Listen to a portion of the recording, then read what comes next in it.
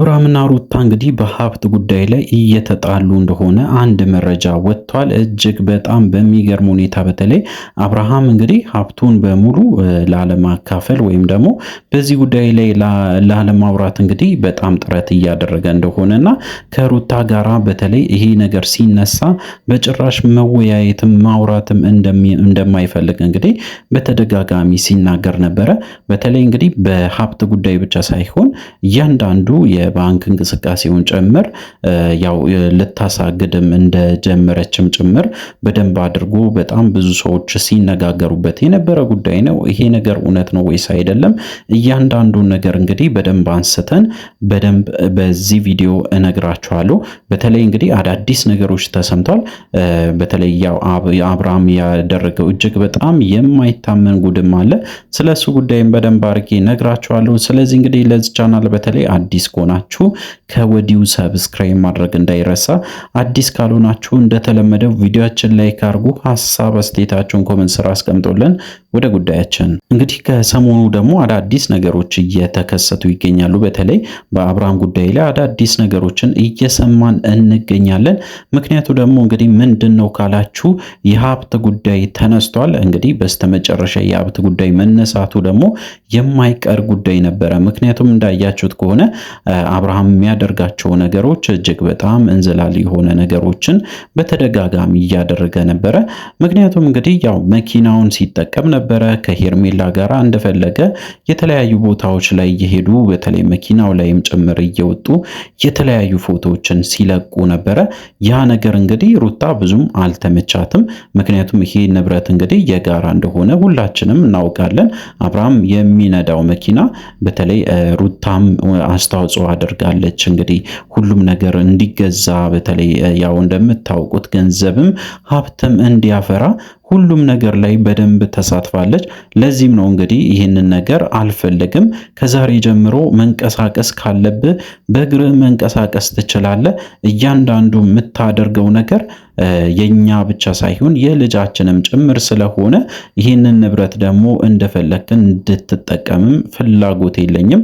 ስለዚህ እንግዲህ መሆን ያለበት ንብረቱ ተሽጦ ወይም መካፈል አለብን ወይም ደግሞ እንግዲህ ያለው ነገር እስከሚስተካከል ድረስ ወደ ፍርድ ቤትም ጉዳዩ ሄዶ እስከሚጣራ ወይም ደግሞ ያው እንደምታውቁት በተለይ የፍቺው ጉዳይ እስከሚጸድቅ ድረስ ለጊዜውም ቢሆን ብታቆም የተሻለ ነው ብላ እንግዲህ አስጠንቅቃለች ተብሎ በስፋት እየተወራ ይገኛል። በተለይ ሩታ እንደዚህ ያደርጋለች ተብሎ የሚወራው ነገር አንዳንዴ እጅግ በጣም ተጋኖ ይወጣል። እውነቱን ለመናገር ያው ሩታ ብዙ ነገሮችን በዝምታ እንደምታልፍ ሁላችንም እናውቃለን።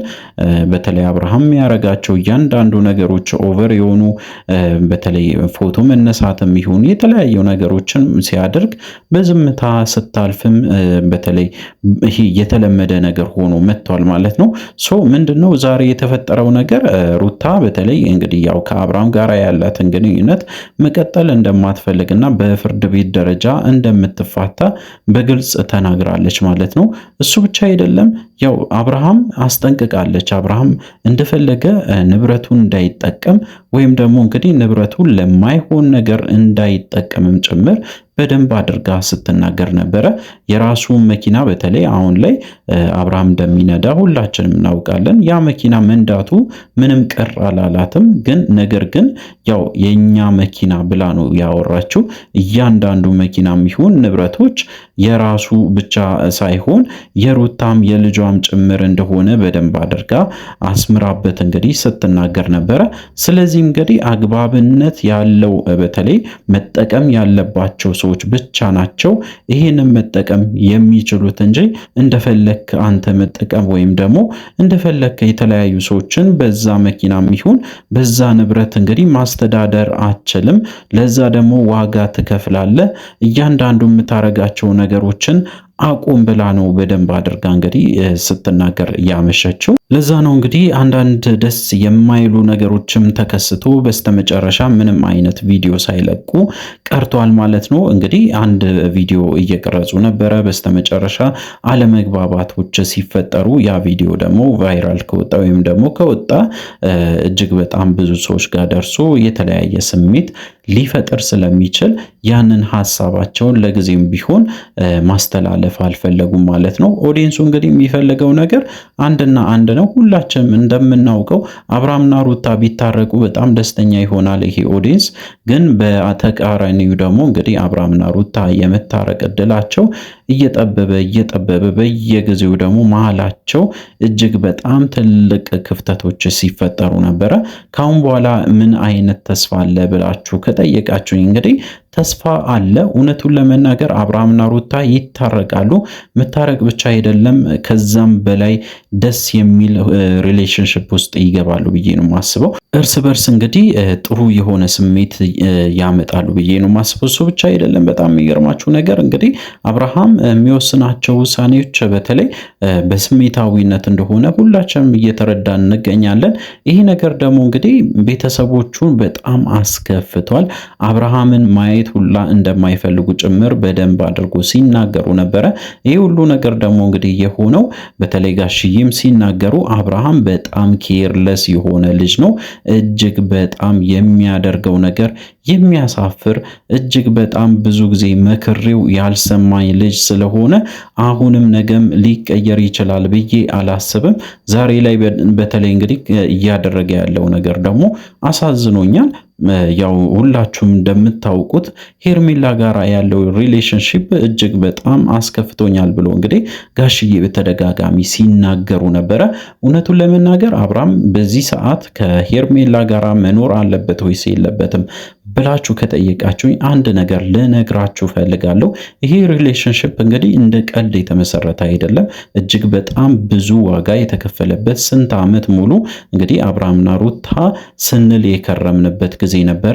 ሶ አብርሃምና ሩታ አሁን ትዳራቸውን ፈቶ ሌላ አይነት ሪሌሽንሺፕ ውስጥ መግባታቸው አግባብ ነው ወይስ አይደለም ካላችሁ ጊዜውን የጠበቀ አይደለም።